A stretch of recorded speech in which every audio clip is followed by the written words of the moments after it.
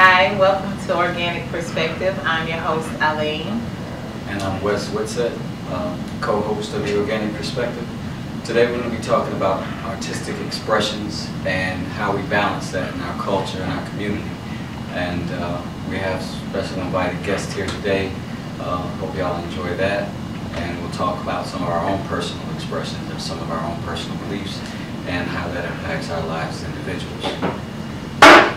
For me, my individual creative expression is a way for me to, like you say, balance out my life, because it's a lot of hustle and bustle. So we already have that innate potential to create as human beings, especially as a woman. We have that creative nature. So just to find other outlets and ventures to express ourselves is a way of experiencing life and learning things, you know, through experiences.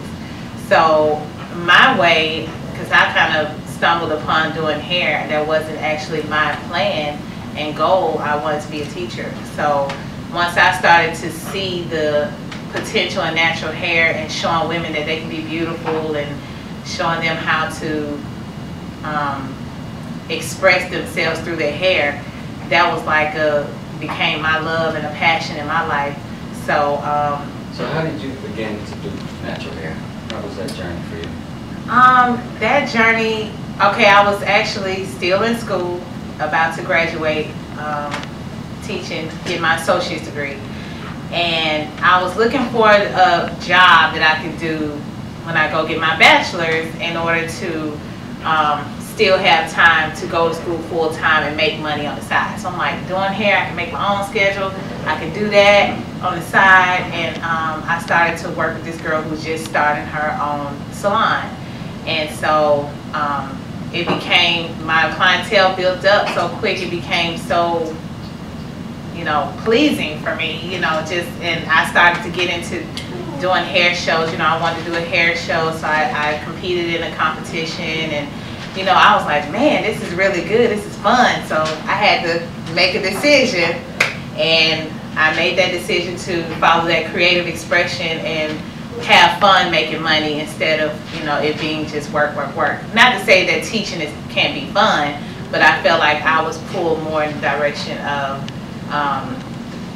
just creating hairstyles and loving that and loving people and making them feel good about themselves. So that was the way I kind of got into doing hair, and then I went to school for cosmetology. So you mentioned that you did natural hair. Have you noticed a distinct difference between your clients that do natural hair and people that may go with perms and straightening products and things like that? Actually, the correct term is relaxer. White people get perms. But a lot of us, I know you don't naturally know. and naturally. But I think, because I wasn't into hair when I did have a relaxer, so I think getting into natural hair, because I started to actually see the curls, and you know, it felt so soft, and I don't know, I just fell in love with the natural hair, our natural hair, you know, the kinkiness of it and all the potential. Because I realized that, you know, the volume that I was looking for, I took it out when I was getting a relaxer, and that's why my hair was so thin. And I didn't realize, okay, all this stuff I'm trying to get my hair to do, like I had that, but we relaxed it, so now I can't have that. But with natural hair, you can wear it straight, you can wear it curly, you can put weave in it, you can do whatever you want to, and it still bounces back. But people don't realize that it's still a very fragile, even though our hair is very, I say, filled with energy because of the coils in our hair, it's still very fragile also because of the coils in our hair. So like every curl and every bend in it, that's a potential for it to snap. And especially with the, we don't hold moisture very well. So the moisture retention is not good because of the curls. The oil don't slide down the hair like it does with European hair or straight hair or whatever. So we have to be mindful of those things. And a lot of time in history, we weren't being taught how to, well, we knew, but it kind of lost how to take care of our hair.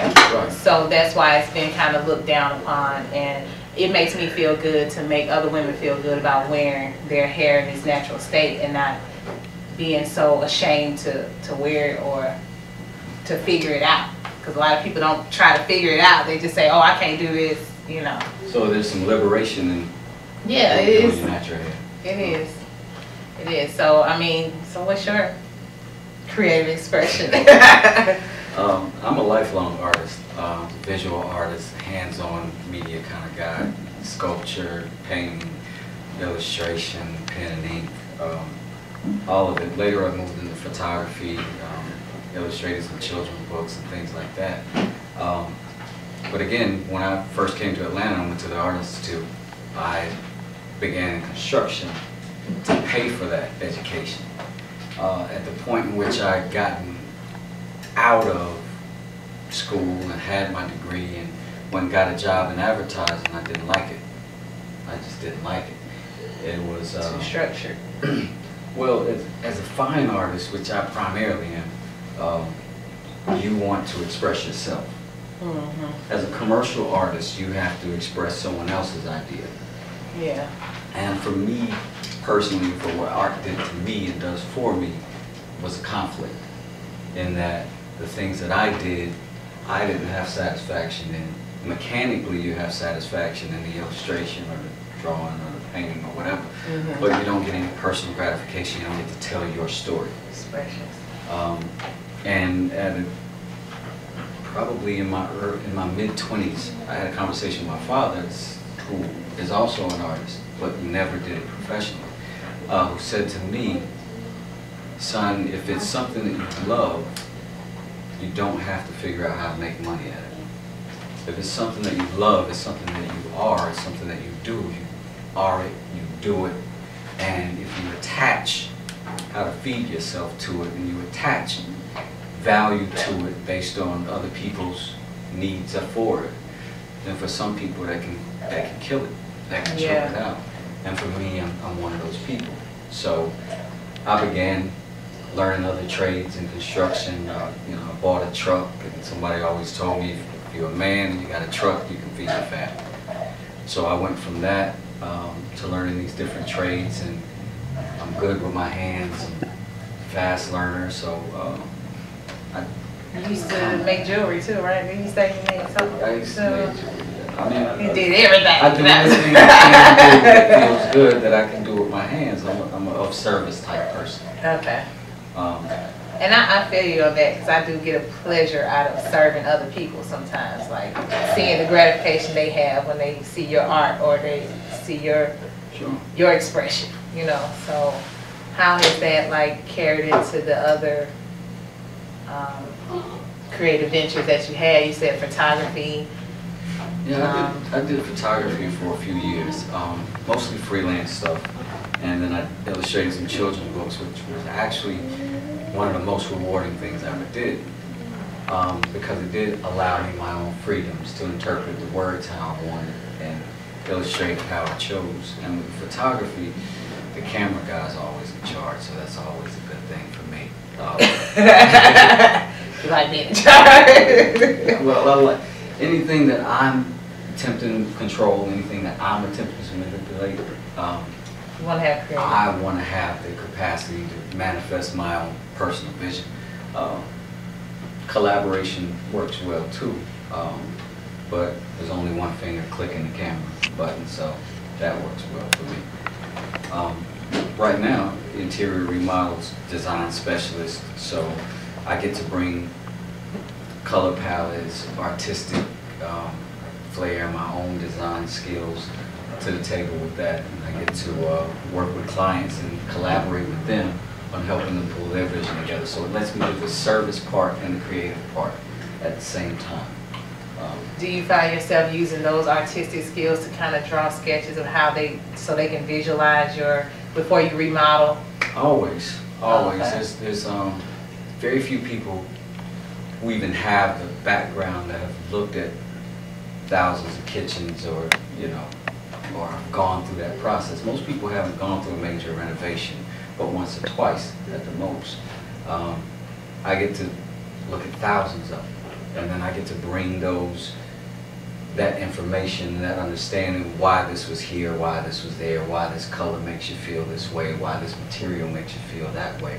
And I get to bring all of that experience to the table to teach them about why they like what they like and how to make it maximize in terms of their space.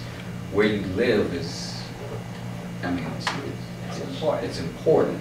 Where you come home to, where you beat off the day with, where you bring your kids back to, should feel good. So I enjoy being able to make that space feel good, feel comfortable. I'll probably do more talking and consulting with my clients in the first week than I do any building. I mean, the first week is mostly conversation and illustration and looking at photos and looking at things like that, picking and choosing materials. So that's a way that it works for me, personally. Okay. So, anybody want to share any, before we bring on our guests, any of their ways that they bring out creative expression, how it's fulfilling in their lives? Because it's always some sort of fulfillment. Even if you're serving other people, it's still self-serving. So, do you have anything? Sharing my creative, let me see. Honestly, just music. I play tenor saxophone, I play clarinet. These are the things that I do in my quiet time to balance myself. Like, I cut everything else off. And I'll sit in my basement with my tenor saxophone and I just play away. Oh, wow. Cut my phone off and you Did just you play in stop school or you started I played school? jazz band, yeah. I started 6th grade, I played clarinet, but my friends thought it was funny. You know, black guy over here playing the clarinet. I was like, you know what? Kind of right. Let me move up in the woodwind. So, you know, tenor saxophone's a nice size, it's golden or whatever color you choose. But you know, I enjoy it, and it's the sound that it creates. It's just, especially because It's peaceful. I never learned how to read notes until like 8th grade. I learned I could listen to whatever I listen to and just play it by ear. Wow. And that's my piece. That's my creative, I guess, piece. That's what I like. And you know, as black people, you know, music is very dear to our souls. Especially and we don't really, vibrations and yeah, the vibrations of it and everything, we don't really take hold of it. Like, because a lot of times we'll start it and then in our culture, somebody will take it over. You know what I'm saying? Write it down, and then now it's theirs. You know, so I think that's a gift you need to really nurture and bring out of the basement. Well, we also have a culture that a lot of times those things can add expense to a household. And, That's true. And I can remember when I was a kid, like wanting to play instruments, and then coming home with a permission slip, and then have to flip it over and look at how much the instrument fee is costs going, yeah. to buy. And half the time when I get off the bus, I just fold that thing up. I'm like, this is not gonna happen. And we just move on. A lot of times we miss out on those kinds of things. It's good when somebody's able to find it and use it and carry it, you know, to bring themselves something. That's kudos to you for sticking with it. I was to be honest, the reason why I stuck behind it was because in 7th grade, I went to Parks Middle School over in Mechanicsville. I don't know if you're familiar with the area. Yeah. So we heard of it. So I get there, when I first get there, there's no music program whatsoever. We don't know. So being that my next door neighbor was cool with the principal, I kind of worked out a deal to where if I got 150 kids to sign a petition, they would start to look into it. Oh, wow. We actually made it happen, and until this day, They it's have still music there. That's Right. Yeah, so it kind of like, so I was like, this is why I love music, because it's a lot of people that love it like I do. They just not speaking up about it. Yeah. So next thing you know, we was having jazz concerts and everything, and it grew, and I don't know, it just made me happy to be able to share what I love to do with other people, because they were just like, oh no, I would love to do it, but what can we do about it? We're kids.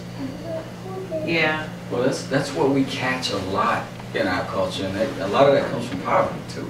Yeah. In that we can feel helpless, feel hopeless in poverty, and when people who have the outlets for it, I mean, you go to Buckhead, and every year we hear about some kid crashing a Corvette, 16 years old.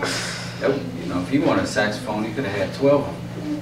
If, you know, for us, often we have to try to balance or find a program or find a mentor or find an auntie who can spot you and help you through it.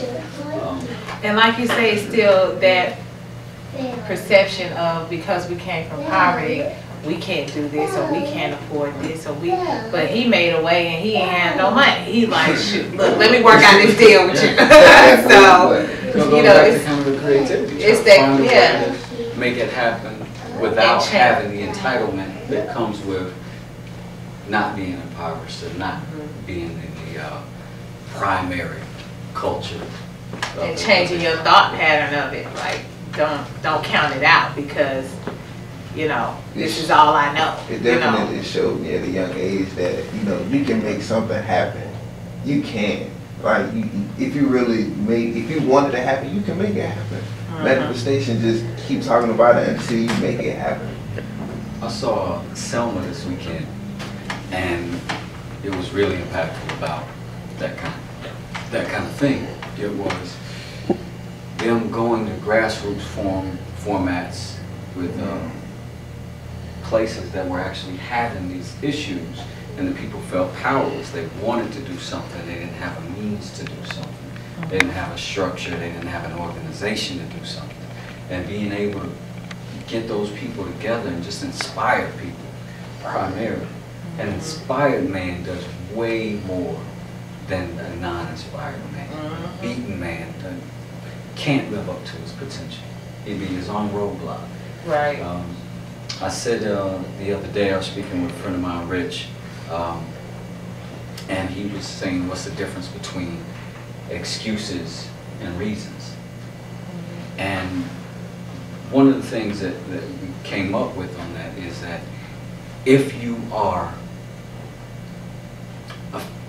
failing and you're willing to fail, you can find a dozen excuses that justify it. If you are steadfast on succeeding, a reason will sharpen your ability to still perform and still accomplish your goal. If you're looking for reasons, then you're just looking at hurdles to jump and how to jump. If you're looking at excuses, you're looking at reasons why you get to sit in bed all day if you want to. Yeah. Because ultimately, if you want to be out, you'll get up, you'll get out. You'll find a reason to get your ass. So, that being said, let's bring up our next guest, Miss Katrina Sally.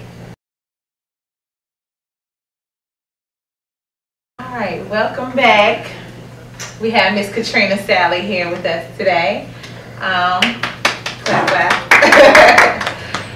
Today we're talking about creative expression, and just knowing you, I know that you're a very creative person, so I want to just get your opinions on how you express yourself and what creative expression means to you, and just give us a little bit of background of who you are and what's your, everyday life like right now. Ooh, my everyday life. Okay, well, I'm a dance instructor.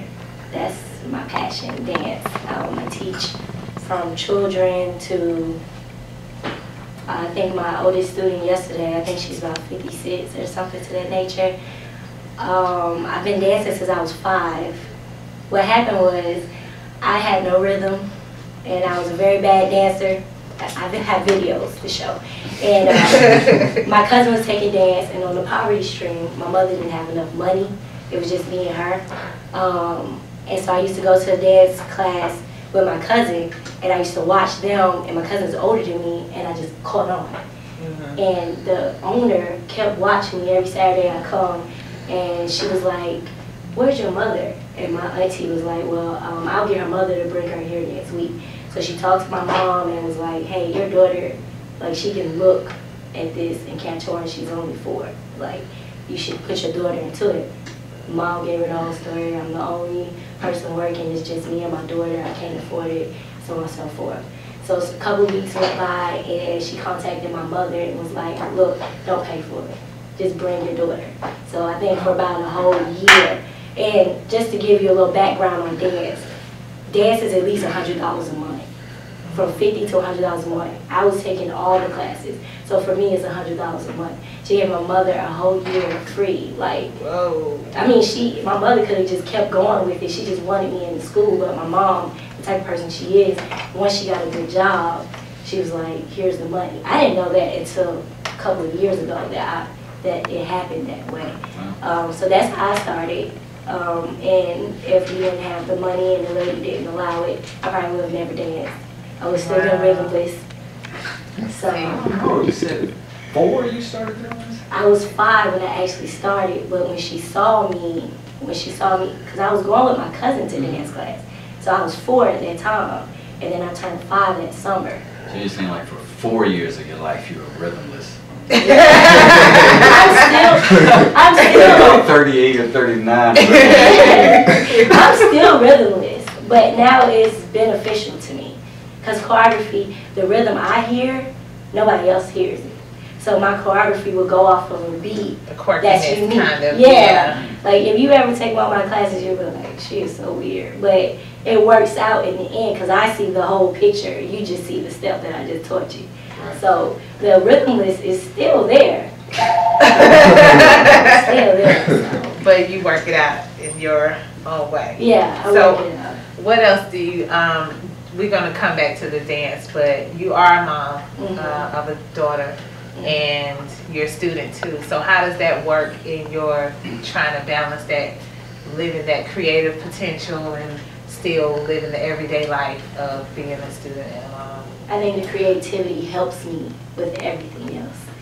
Because at the time I pushed it aside because everybody was like, oh, you're getting older, you need to become a doctor, biology major. So everybody in my family was pushing me towards biology. Your dance, you can't do it free dance. Like you get too old for that. Yeah, like I'm like, I get free trips to California, like that was my thing. And they was like, no, you're getting too old. Then when I had my daughter, I didn't have the time. Or I felt like I didn't have the time. I didn't invest into the time. I wanted to invest into everything else. Academics, I do not do well in school without dance or without drawing. If you look at my notes, I have characters all over my notes because that is the only way that I can hear what you're saying to me because I have to have that outlet out. I still do not understand exactly the terminology for it. I don't know if they diagnose people with a problem. They diagnose everybody, No, you're a visual learner. Yeah. So yeah. So I have to keep my Everybody hands learns busy. differently. Yeah. And that's the problem with a lot of our schools is that they don't cater to the different learning styles. And like even boys are different than girls. And you know, you have to still cater to that. Like I'm a visual learner sometimes too, and sometimes I need to hear things or act it out in order to remember it. I can't just read, you know, Right. and then like, oh yeah, I spit it back out. But some people can do that. And those are usually considered the best students in the modern school system that we have, you know. That function under the structure that was formatted for them primarily. Right. And a culture that's overdeveloped intellectually, like, is what my own opinion of white America is. A culture that focuses more on the academia of a thing than the spirit of the person. And us as people of color tend to have more of our center gathered around our spirit, more of our center gathered around what's inward and our close people and immediate family, rather than what we read, what we can pull on memory. shoot. Yeah. Right. Well, it's regurgitating information. Whoever can do that best is who's going to get the top grades and who's going to do that easier. But amongst a classroom of 30 kids, one of the things that I noticed that was different when I moved my daughter down from a Roswell school to Tri-Cities, was that Tri-City is one of the best. well, Tri-Cities, Down here. she loved that school. And the thing about Tri-Cities in terms of what she got from the school was tons of diversity. I mean, I can't say enough good things about the school, but in terms of the academics, the math classes and English classes and things like that, you got one teacher, 30 students, and at least 15 disciplinary problems in there. Right. Because the kids that come there for the arts and the culture import from somewhere else. But the kids that come to Tri-Cities because they live in Tri-Cities district and neighborhood, They in the neighborhood. it's rough. Yeah. So, and they don't care anything about the art Yeah. sometimes. So then you got a teacher who can't give specific instruction, who can't sit down with you and deal with your own personal hurdle. There may be one small thing that you can't quite click over in your head, and you need a little time with somebody to figure it out. But you can't do that when you got 29 other kids that you're responsible for. So there's something in that system in and of itself that makes it flawed. The kid comes home and the parents are often given the responsibility of, hey, if your kid's not performing in school, what are you doing with it? Yeah. How are you helping? Which is true, but And they're often single parents and working and. single parents and a generation away in education. But That's what we don't think about. Yeah. Is that what is complex math when I was in high school? Yeah, what is it now? My daughter was doing in the 5th, 6th grade. Yeah. So where she went after that, I had to go back and go through her books and try to learn Relearn. new math at 30. And they're teaching in different ways. Yeah, they right. teach it. So it kind of becomes a catch-22. Like, how do you fix? I don't have an education on this. You're at school for 8 hours a day learning it. You bring it home to me. I got 2 hours with you max, and I know nothing about it. I can't help you through it. So, like we have those programs, like what we said, you have those exceptional people that say, I noticed your child is gifted at the area. I'd like to help, which is, I think, a beautiful thing about our communities in that regard, and that we do that a lot. What age group do you teach in your dance? For ballet, tap, jazz, and hip hop, I have preschool, which is an honor. They're 3 to 5. And a lot of people, when they hear preschool, they're like, oh, okay, so you don't have to that too, but they think like you don't have to teach that much. That is such a tender age. Like, even when I have my 2-year-olds, I tell their parents, look, 45 minutes, maybe 30, because I can't keep their attention. But the 3 to 5-year-olds, it takes a certain type of person to teach children that age. Like, you walk in my class, my girls know, we're gonna have fun, but when I say go to that bar, I need you to go to that bar. But it teaches them disciplinary, but at the same time it teaches them, look, if you build this structure, you're gonna get an incentive out of it.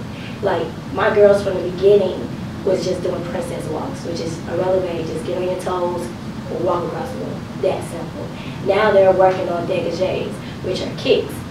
And some of them, because I taught them to walk on their toes, some of them, when they do the dégagé, which is just a simple kick, they lift the other foot and they're like on their toes while they're trying to do the kick, which to me is harder than doing it flat foot. But because they're children, it's just so easy for them. So now I have to train them, hey, keep this one flat and this one pointed. And it's just like, now I see some of them doing it. It's only been maybe a month or 2. Like, they learn so fast. Like, I love that age group. I've quit a job because it was going through the time when I'm supposed to teach my girls. Right. So, but I also teach teenagers. And if you know, I'm at Art in Motion. The teenagers know I don't like them. They already know I don't like them, but I love them. But they are harder than the 3 to 5-year-olds. They already have their own attitude. Yeah, and I have higher expectations for you, and I don't have time for it. Like, the kids, I was like, okay, honey, what's the problem? Like, I can sit one to the side, talk to them. When you get about 15, I'm like, look, we can talk about this after class, but for now, I need you to put the emotion to the side. But even the most effective group, the ones who are affected the most by dance, are the teenagers. because they're finding themselves. They're more emotional, you think, at that point? They're much more emotional, even with my boy. I have a boy, and he's 15. And they're much more, okay, let's say this. To me, they're equal amount with the emotion. But children are more willing to express it in a honest way, like in a truthful way. Okay, I'm sad. You hurt my feelings, Miss Katrina. A teenager will roll their eyes instead of just saying, hey, you hurt my feelings. So now I know you feel a type of way, but I don't know what the way is because you're not expressing to me what it is. And so, once again, it's a creative expression. So if you're learning dance, then I feel it teaches you to kind of like express yourself in other manners. Because we have one girl now that we're struggling with, I won't say her name, but we're struggling with her. And I just found out that she's homeschooled. So that is why she's not able to dance the way I need her to, because she's in this box, even at home. So she doesn't. She's not getting the social setting that she Exactly. It's the only person that you're socializing with, and I have nothing against homeschool, but she's a teenager, so the only person that she's socializing with is probably YouTube, Facebook, and her teacher, which is most likely a parent or a cousin or an auntie. So she doesn't know how to express herself or understand when other people are expressing themselves. So it's more of she beats herself down instead of trying. Because she's never had to go past a certain realm. Like, for instance, if you're my mother, and then you started teaching me, and it's just me and you every day, you're the only person I know how to really deal with. So when I go and I see him, and he may not act like you, I really don't know how to read him or to tell him, hey, this is how I feel. So her thing is she'll shut down, she'll just give up. And she'll go to the side, and I see her wipe her eyes. Because I'm mean.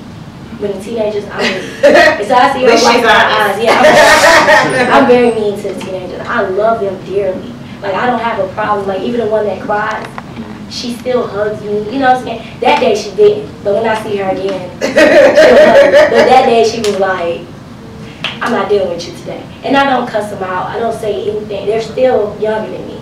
But I tell it like it is. You know. So do you feel like, because I know you deal with a lot of different types of teenagers and age groups or whatever, even the ones you don't teach. Yeah. So do you feel like the music, because you have to keep up with the latest music being a teacher, do you feel like the music kind of has an impact on how they express themselves or don't express themselves? Yes, I do believe that. The way my mother and my family raised me, like, we listen to Tupac, Biggie, Outkast. Wait, you say your parents raised you with Biggie and Tupac? Oh, yes, yes. I thought you were going to say OJ's. No, Jerry was New Scooter. Really? Look, I'm a little bit older, Katrina too, but you know, I'm not that much older. Like, let me give my age. So I was a little in between y'all two, you know. We have a 3-year difference, I think, me and you. No, we have 4. Yeah. We have a 4-year difference. What are you talking about? But it was still like he said, my parents were older, so I was listening to a lot of the older Luther and all that. You know, my mom will be 50 this year. Yeah. Yeah. So my both sides, we have children young, at 20 or younger. So don't feel old. And then to this day, they listen to 2 Chainz and they listen to the artists that are out. So I was raised that way, but it didn't affect me. So people that say, oh, music is very effective, like, it can be if you allow it. It depends on your mind. mind. Was effective for you? Was there a particular type of music that pushed you in the emotional direction one way or the other? Yeah, like the first love stage, like when you meet your first love and things are not, yeah. And then sometimes things are going good, sometimes things are going bad. Mary J. Blige and Keisha Cole are not the 2 people you want to listen to. Either you're going to get really sad or you're going to get really mad. Like, music can affect you, but I'm saying, like, your lifestyle, if you have enough mentors or people that really care for you, yeah, like really genuine people, you'll know that what he's saying in that song, I don't have to do this thing. But if you don't know that, then what he's saying in that song, you're going to think that's what you're going to have to do to get a man. That's one of the things that I thought about with the music lately, is that does the art in music follow the culture, or does the culture follow the art when it comes to music? Because there's always been this, for every generation that comes around, there's a group of music that comes in With it. that everybody prior to that generation hates. I mean, just from the beginning with rock and roll. Rock and roll, the expression itself is a term referencing movement in bed. Yeah. Rocking and rolling. And that was a black thing initially. That was Little Richard and that group. And I know now, we don't even think about that part of it. We just think rock and roll. And we've addressed it and With white put a certain type of music. Yeah. But the same with clothing, you know. Jazz My music. mama had on skin tight pants. They were just big at the bottom. But they were the same. Stomach Not showing, much different. bras. No bra. Right, all the tops. Yeah. Tube tops, all of that. But Bras that's is a always new kind of thing. been around. So I guess what I'm saying is, do you think these things like kind of chicken and egg? Does one push the other? Does The culture pushed the music. Right now, in this day and age, what I'm speaking on, I think that the music is influencing the culture, because I can see, I'm in my late 20s, so I'm still in the loop of things. Like, I'm still young, but then I'm mature too, so, because of my responsibilities. So I've seen it. Like I said, I think we had a show, and we were talking about the young man with the pants sagging. And I said, you know, like, I wouldn't be, oh, I'm not finna have a conversation with you. But I will be, I'm not finna talk to you in a intimate manner right now, because I feel like you're being influenced by what you see. Because if you didn't, like, okay, let's talk about the music, right? Everybody knows Nicki Minaj. Everybody knows that Nicki Minaj was my shape before she got money. She was a small woman. And they wanted to debate about it all day. She didn't get her body done, whatever else. Recently, I have seen women with a regular monetary status. Like, it's getting cheap enough that women are now alternating their bodies. But if Nicki Minaj didn't come out, then we wouldn't even be knowledgeable about, I mean, we knew about the fake breasts, but we didn't know about, hey, you can get hips and butt now, you can make your stomach flatter and have this. Change the whole contour of your body. Yes, exactly. And so now even women my age are talking about, oh, I'm too skinny, or, oh, I don't have this, oh, I don't have that. And then I see women who have gotten their bodies alternated feel like they're the hot. But it's this false sense of confidence, because it's really that insecurity there, and that's why you... And you're dependent on this body, which is not yours. So you only have so much control over it. Because when you get older, what is going to happen to all those We're going to see. Right, so what's going to happen with that? And I even hear... Just like tattoos. Right. Yeah, I don't think my neck is going to get saggy or anything. I might be okay, but it's just it's more effective towards 20 to 30, really. Yeah. Well, we have this culture now that everybody gets to be their own cameraman, everybody gets to be their own news feed producer. I mean, like, literally, you take a picture of yourself and send it out to the world immediately. And anybody and everybody's doing it. And constantly looking at other people, which is different than what our culture used to be, which is different than we used to have our diversity and like our diversity. And be able to say, you know, look at little Slim over there. Yeah. Look at old Big Big Booty. Yeah. But now we've kind of gotten to this culture where we're trying to have it all maximized at the same time, because the technology has let you have a waist like yours and hips like if you were Trina. 75 pounds bigger. But yeah, we create a whole culture and a whole group of self-indulgent people. But it's still something dealing with like how the relationship of people, you know, first it starts with yourself, of course, but then going into relationships and thinking this is what men want, you know, this is what women want.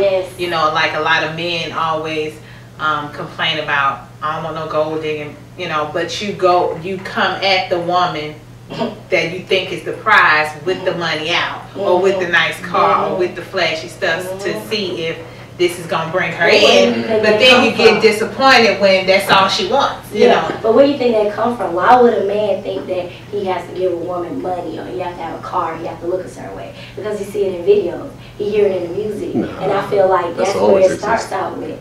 Yeah. Say. No, I'm saying that's always existed. Well, even before video, so. Right. There's always the alpha syndrome. If you're in a room full of, like, as an artist, when I was in college, the best artist in the room got the most girls, got the most attention. Just depending on what group you in. Taller, skinnier, fat, whatever. He was the guy that's admired in that environment. He's the high achiever in that environment. Yeah. That happens on the block. That happens in the office building. That happens pretty much everywhere. Whoever's the top performer gets the attention and gets his choice heard. And that's it. And you're speaking on your days, right? I'm talking about period. I'm talking about now it's not like that. How do you disagree? Why do I disagree? I do what I'm saying. Because there's plenty of artists that I know. Even some, I mean, there's some I don't personally know, but when I hear their voices and how talented they are, they do not get the recognition of someone that's making a song that said Gaga Goo.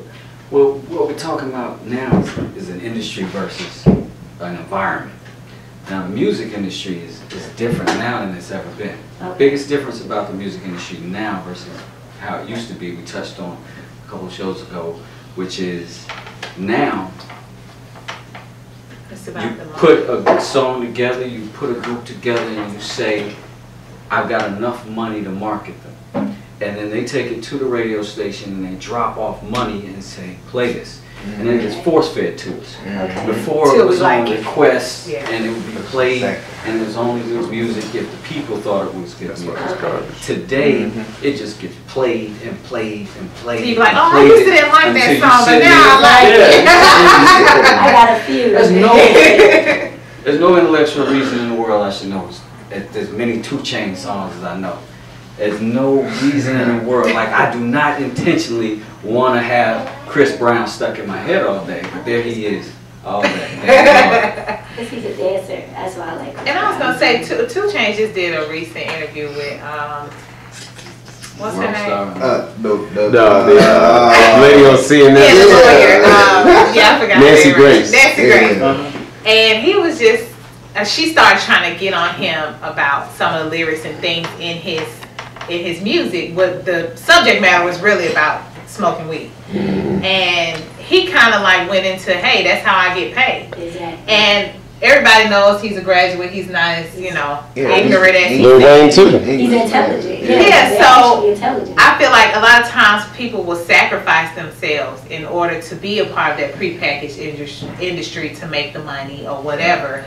And they'll say, hey, I'd rather be this and be making money than, you know, just be an instructor or a teacher, you know what I'm saying, and really be true to who I am, you know. Right, because it's about who's going to buy the music. The music industry right now, nobody's buying. Is in an interview. We're not the consumers. We're not who pushes the 2 Chainz and the Chris Browns. They think we are. We think we are. But if you're not a 13 to 17-year-old white girl, they're not making music for you. They're making music for them. And to them, it's so far away from what they actually grow up with and see and believe. It's like watching. It's a new experience. It's like playing Grand Theft Auto. It's some shit I don't do, I'm never gonna do. But it's a But thrill. it looks cool. So I'm with it. And then they sell it that way. Same way they did with NWA, the same way they did Public Enemy.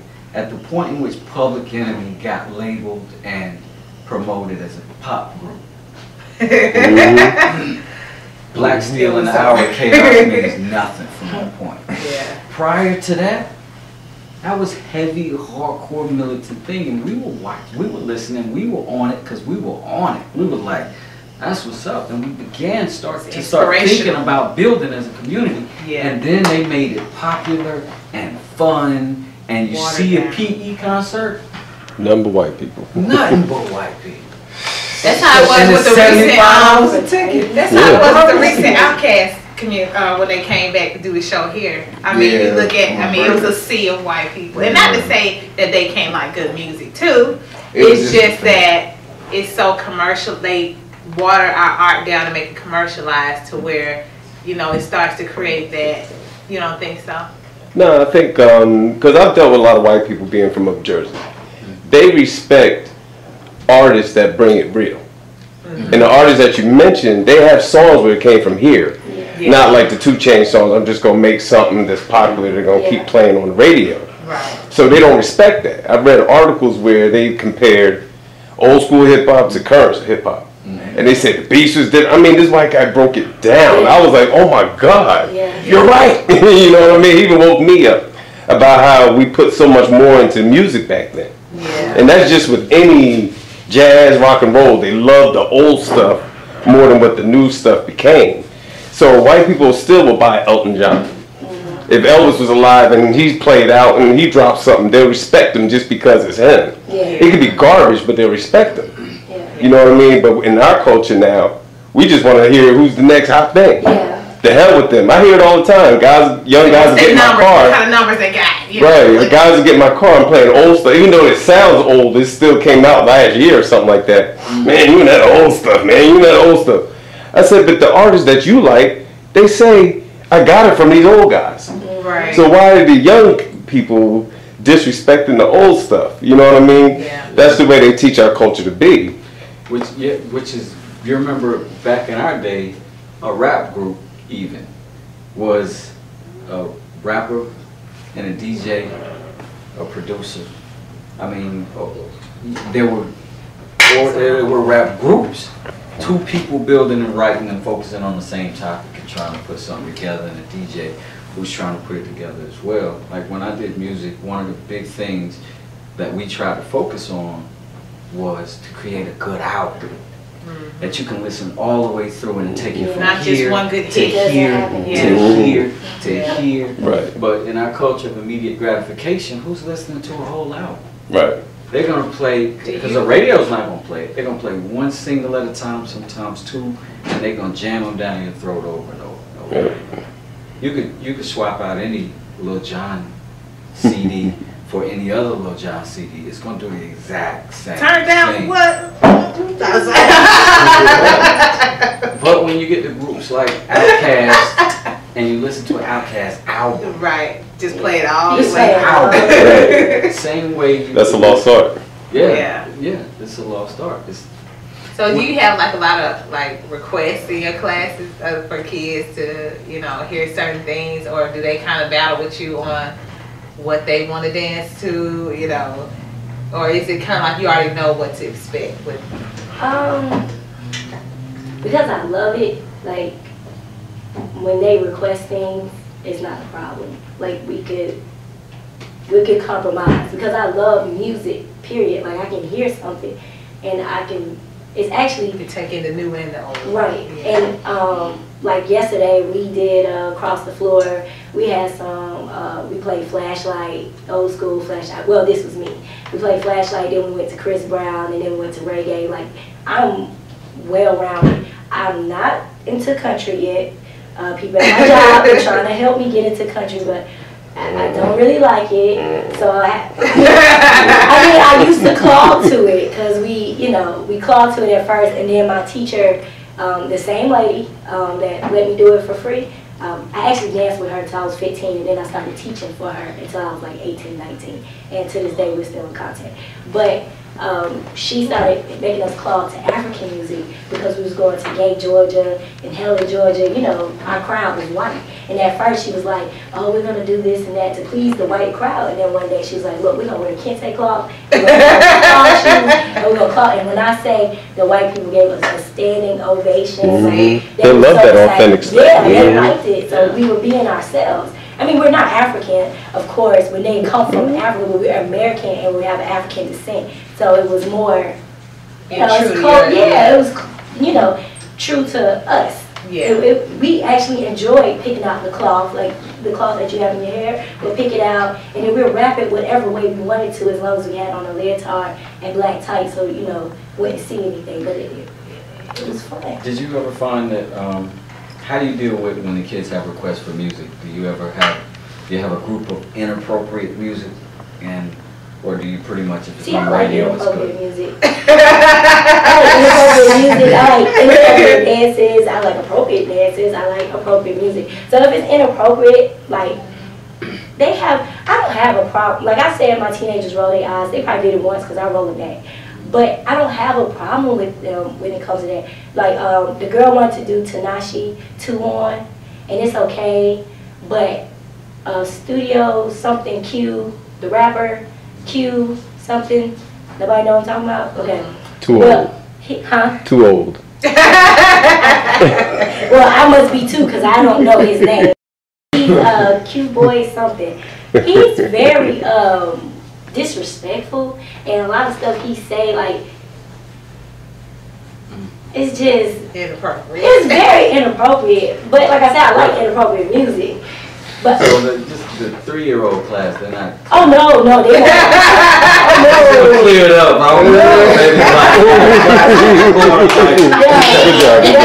Yeah. And let me tell you, my 3 to 5 year olds, like, I believe that, okay, this twerking that's out, I like twerking, but I think twerking is really, when I took my African classes, they do that. That's what we were doing. Yeah. Like, it wasn't, that's why I enjoy it so much, like twerking. It's natural.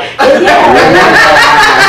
So, when I go to my classes, my 3 to 5 year olds, I don't tell them twerking, but to tell you the truth, the 3 to 5 year olds already know how to do that kind of stuff, but I kind of. But the adult classes, that you teach the twerking in, what Friday at 7. Friday at 7. No, but you know what? A lot of times, I'm glad that you kind of said that, because a lot of times, and I do it too. You know, we try to, you know, play dumb with the kids. Yeah. Act like, oh, you know, don't do that, and we don't do that. You know. But that's already out there. It's already in their face, you know. So just deal with it up front. And hey, you know, it's older folks do the same, you know, do that too. But it's just a way and a time to do it and be tactful when you do certain dances or stuff like that. No, I know you have a daughter, so you might feel a little differently, but. Back in the day, y'all had the booty shake music, and now that's considered like old school. You know what I'm saying? And that's a part of our culture and our college days or whatever. Well, I have a daughter and I have a boys. And the things about it for me is not that to put blinders on and pretend the world ain't out there being what it is. But the important thing for me is to give them an example of that's not all there is. In the world. And if you decide to listen to 2 Chainz, that's your choice. But I'm gonna put you onto some Marvin too. I'm gonna put you onto some Cass too. I'm gonna put you onto some Tribe Called Quest too. I want you to have a diversity. And that way you got something to choose from. Because if you're just choosing between 2 Chainz and Chris Brown, you're doomed from the start. That's all you got. I ain't saying it ain't a purpose for Chris Brown. True. I'm grown. I know the benefits of booty shake. But I don't want my children to think that is all that there is. And if their uniqueness and what they gravitate towards happens to be something else, I want them to have exposure to it and be able to make those decisions. Because music is timeless. It doesn't have to be what they're playing on the radio right now. You know, you can Otis Redding on your Pandora and hear it all day. But that's how you know the difference between good and, I'll say, thoughtful music and intentional, directional music versus others. Because there's always those groups out there, you know. But I wouldn't have liked Little Richard in his day. I probably wouldn't have liked Chuck Berry in his day. It was a little too wild and loose for me. Not in terms of hating, but the music itself, I couldn't grab it the same way that I grab Soulful music. Yeah. the way I grab the heavy blues, you know, that kind of thing. Because you can see the art in it and appreciate that part of it. You know, get that art. But see, that's what, okay, so with the twerking, back to the twerking. Back to the twerking. The children, they know about it. But I feel like I even raise my daughter this way. If I'm open to you and I tell you, like you said, all the realms of it, so you can make your own decision. But at the same time, I feel like, for instance, if I tell my daughter she's pretty, she's beautiful, by the time she get 15, when the guy comes to her that you're pretty, beautiful, she can say thank you, but she already knows that. Just like, for instance, I knew how to shake since I was younger. I'm not gonna give it. Put your mom out Yeah, I'm not gonna let your mom, I'm not gonna out here. But I knew it at a young age, but that don't mean I did it everywhere for everybody. You know what I'm saying? And even when I did auditions, I used to audition for like Beyonce and Sierra, because I was bad back then, but now I got a little older. When I auditioned, yeah, we'll kick her out. Don't kick me out. I'm not My finished. drum was made out of wood.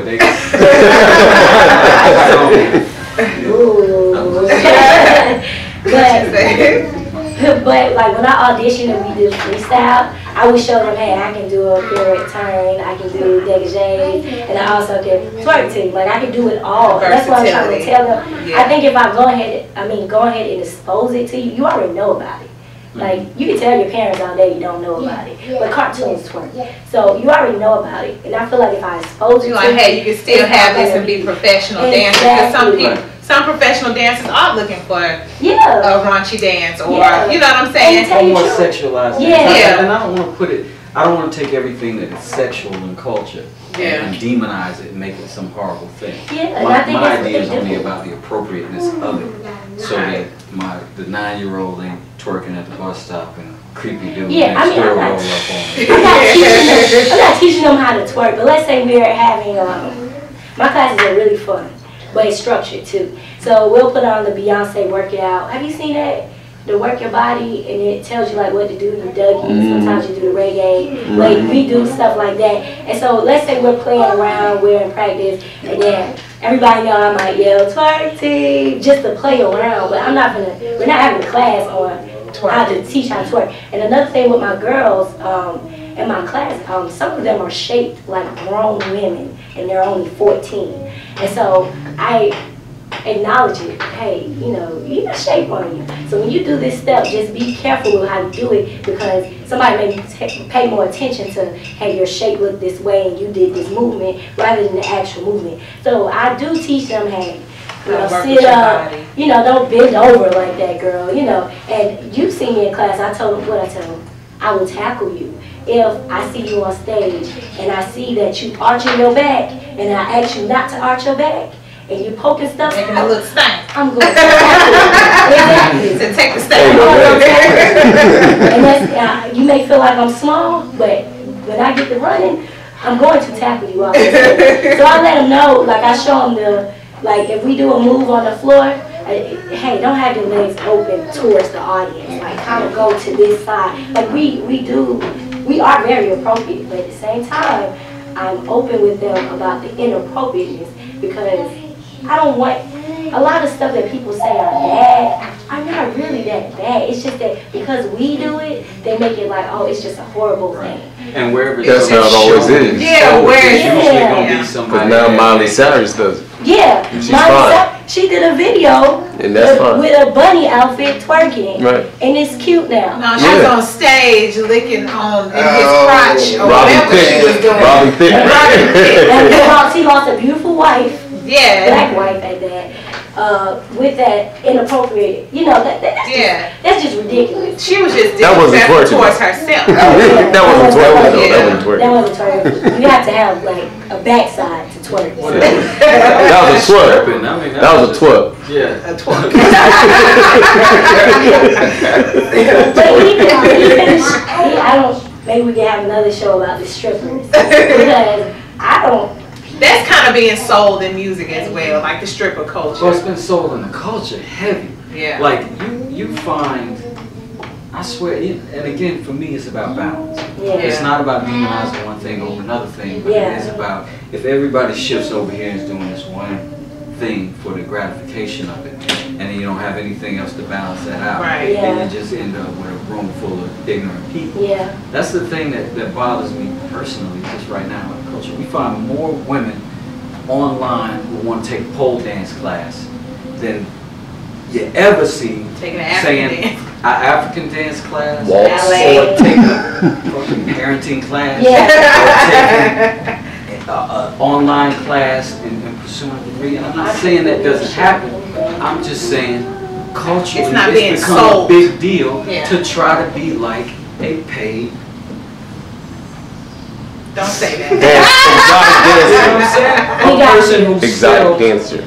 her sexuality Yeah. for money. Oh yeah. Yeah.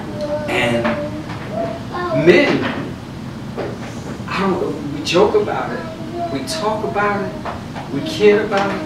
But they're really gonna spin up their at whole home- shit But no. Some do. at the club. Young lost dudes with Not me. But nobody wants to wife that though. That's Right. the thing, that women think what's attractive, what men are attracted to, Is is what the they same really thing want. that they want to keep. I'm so And it's glad not you the said same. that. I'm so glad you said it. I try to tell my friends that all the time. Like sometimes they'll be like, oh, well, I catch him on Facebook looking at this or liking this and so on and so forth. I said, because he likes it doesn't mean that's what he comes home to. I said, have you ever seen a guy that you know, we're kind of different. Because if we like it, we might wife it. We're different, but I try to, like we like, when I, What's attractive to us Yeah. is a little different. 'Cause Yeah. guys have a better detachment thing. Yeah. When women, we're a little more emotional. So Yeah. sometimes, well, I can say, well, there's a lot of women these days. It's a little different. But with women, you know, good women, I feel, you know, we have more of an emotional connection or, you know, an attachment thing. So usually what we're attracted to would be more what we want for our family and our husband or whatever. Depending on what group you're after. Because what we find out a lot of times is that you can look through Twitter, Instagram, Facebook, and see what women are saying they want. And what they dealing with. That nigga don't exist. yeah, Built like Nelly. right. 6'4", covering them back by the back of the head, and they make it body up this way with an arm hanging around his neck, and a With 10 line million in the back, and 10 million in the bank. You know, and we go through all of that, and then all these dudes are trying to uphold that. Yeah. And what they don't, women don't recognize is we chase that image. We'll chase that image to get those women. Men are hunters and gatherers by nature. It's our drive to go pursue. And you don't fish without bait. Yeah. So you go out and get a car that you can barely swing. And you get your couple good outfits that you can bust out on Saturday Go night. get your big hunk made. And you talk the talk that they want to hear. You sit there and you talk to them like, so what you into? And then they start telling you, and then you start clicking over and adapting to that thing. Yeah. But that's the difference between kind of what the lost cultures do. Yeah. Is that you're not authentically Being anything. yourself. Yeah. And because you're not authentically anything, you just adapt to whatever it is that the person that you most want to get with is saying you should be. And that still goes back to people not being true to themselves and who they are, not really knowing who they are, trying to get to know who they are. So they'll go after what they think the other person wants or what the music's telling them to do or what the next kid or the Joneses are doing next door, you know. So that creates all these false relationships when people don't realize that, you know. And I was gonna say that too, like, with me, I can pretty much get everything I need to get myself.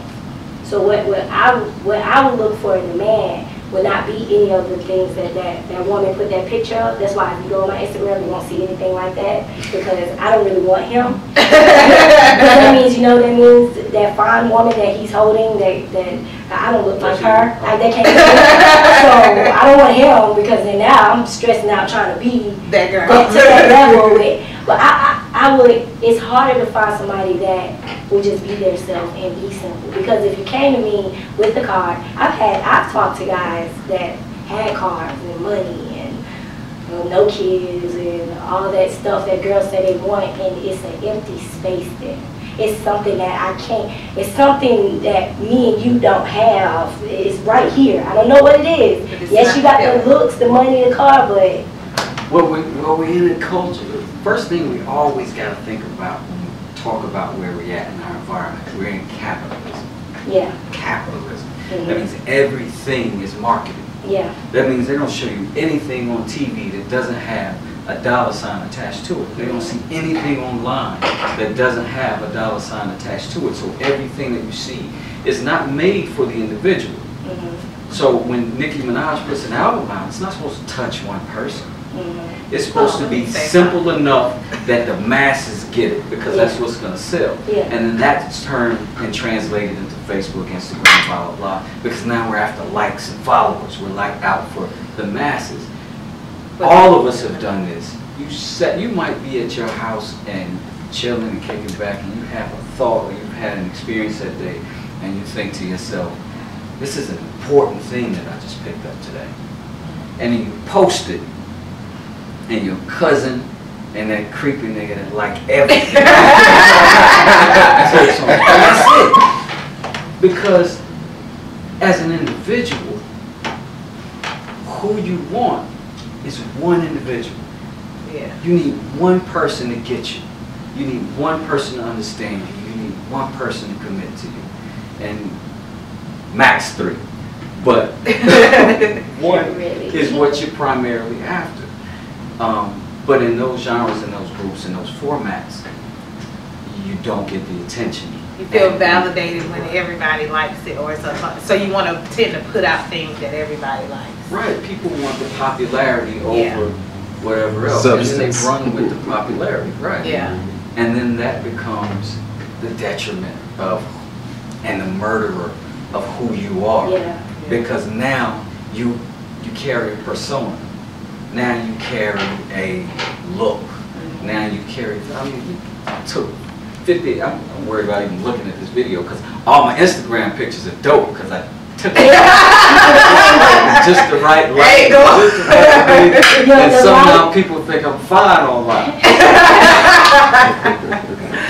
You're like, yeah, take that. Yeah, that's true. So, So I think I we was gotta going to get say back to the something. individual. When you brought up Nicki Minaj, I thought about the new song she has where she's, Feeling herself? where she's talking about herself in such a masculine way, talking about her What song? penis and, she getting the hard on and this and that. What song is this? That may not be the new one, but it's a song where I feel like a lot of times with the culture and we're so confused in who we are is because of the music kind of telling us, like the women are more so in this masculine nature now and the men are kind of in this feminine nature. So it brings about this confusion within personal relationships. Right. And I agree. I think sometimes we don't group together in terms of what a female is now and what a male is now. Mm-hmm. It's almost like we're trying to pretend the biology of the thing doesn't exist anymore. mm-hmm. And I'm a woman and I do this and I do that and I take care of this and I don't need no man. Oh no. But really there's a struggle. If you got kids and you don't have a mate, you have a struggle. Period. Period. And if you have children with a mate who's not active, you have an even heavier struggle. And we act like we don't need what time has shown us that we need. That we don't need to have a family anymore. You just need to be independent and have a good job and blah, blah, blah. Make sure you But got then money. who's sitting with your kids? Yeah. Yeah. Who loves and nurtures your children? Who's raising? Because you out working extra because you ain't got no husband. And ultimately, you watch these things develop and you watch these relationships become disposable and these children become optional. And we culturally develop all of these different ways to let, like the woman whose kids passed in that fire the other In the day. house.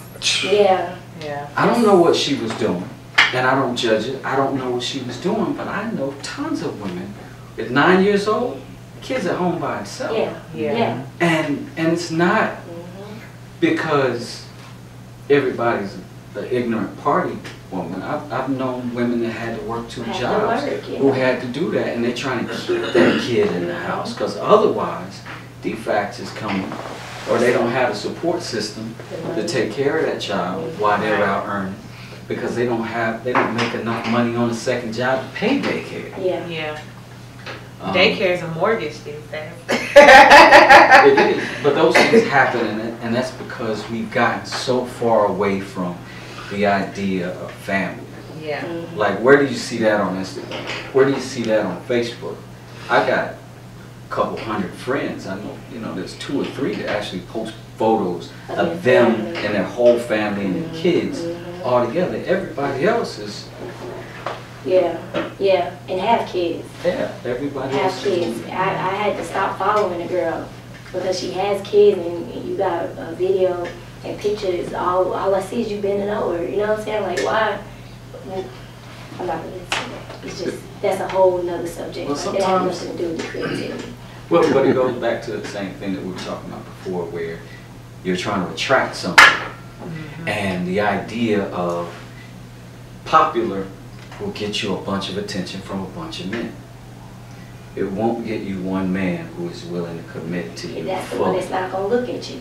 You got one guy who's going to try to own you Mm-hmm. because he wants the hot chick, Mm-hmm. but he He don't know is you. secured in the mother. Yeah. Yeah. Yeah. And I was gonna say, because like we were talking about him with the instruments and like not having the means a lot of time with black families to keep our kids in these creative programs to get that creative expression out. Do you feel like a lot of dancers a lot of time are streamlined into the strip club because they don't really have another way to go, but they still have this I believe that. yeah. And I'm going off the girls that I've danced with. If I can name 10, probably 8 of them are stripping now. And because we're in a city where it's easy. I've walked from Georgia State to Pryor Road, and I have to pass Magic City. And somebody was outside and was like, "We need some chicks. Can you dance?"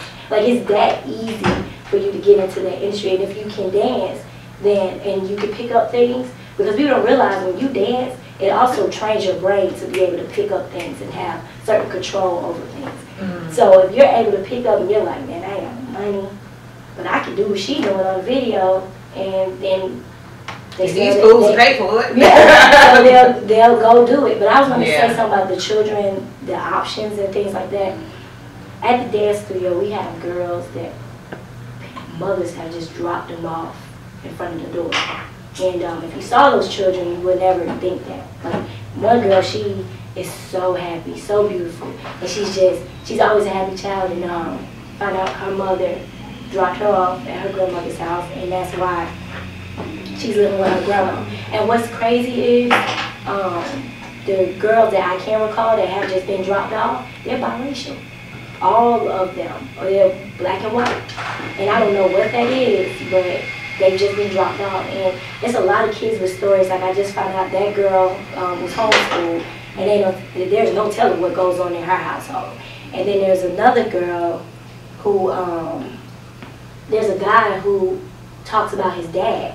And his dad died 3 years ago. Like, he talks about his dad like as if his dad is here today. And a lot of parents have strokes. There's a lot of stuff, and they let it out in the dance studio. Right. They enjoy it. This is a place where I don't have to worry about what's going on with my parents, or the fact it's almost Christmas and I never see my mom. So But it's a place that they can get that out and they can express Yeah. that and they can feel Therapy. good about and build some of their Yeah, own confidence. and we're so big on family at Art in Motion. We're so big on family, like we have became a family. Like our children are up there with us. Like on Saturday, my daughter is there all day. Miss Tasha, her kids are there all day. Miss Suzanne, her kids are older, so they're at home. They're teenagers. You want to shout out where you Oh, dance the at again that way? I am an instructor at Art in Motion. It's actually at 1287 Spur 138, Jonesboro, Georgia 30238. Your first class is on me, so if you just want to come and bring your child to see how the environment is and to see if they actually want to do it, or if you want to bring yourself, we offer a lot. So Is there a number they can call or go online? and find you guys? there is a number you can call. Would you might have to Google it. I will give you my number. But We're gonna put it in the information on the YouTube channel. Yes, I don't know. I don't know. So, actually, it's in the same closet where we're recording now at Selah Detox Salon. This is where we record our show every Sunday. So if y'all want to come out and join the show, and then you can also go peek in the studio down the walkway. So it's a really good. I actually used to take classes there, and my son took classes as well. So it's really good. I'm trying to get back there myself. That's my form of exercise. Trina gonna get me back on the I'm gonna be dance there floor. Thursdays at 9, the twerk Friday class. at 7. The twerk class. Friday at 7. That's the twerk class, but you're gonna have to be in the class. I got nothing that's working. That's fine. Oh, I also want to shout out to Aleem. She started my locks. And she colored them the other day, and the style is just fabulous. Shout out to her from Brown Sugar Studio, okay? So that's pretty much conclusion of our show today. Do we have any more comments or questions that you want to talk about? No ma'am, I'm good to go. Wes? And we'd just like to thank Miss Katrina again for showing up for us today. Thank you for having me. Aw. And All right. again, we're going to keep trying to build our perspectives, keep trying to build our culture, keep trying to build our view of ourselves so that we can be strong when we walk out to the world and represent ourselves every day and become a environment and become a peaceful culture. environment. Well, whatever has to happen. But a culture that's self-sustained, self-sufficient, self-supporting. That's it. That's it. Bye.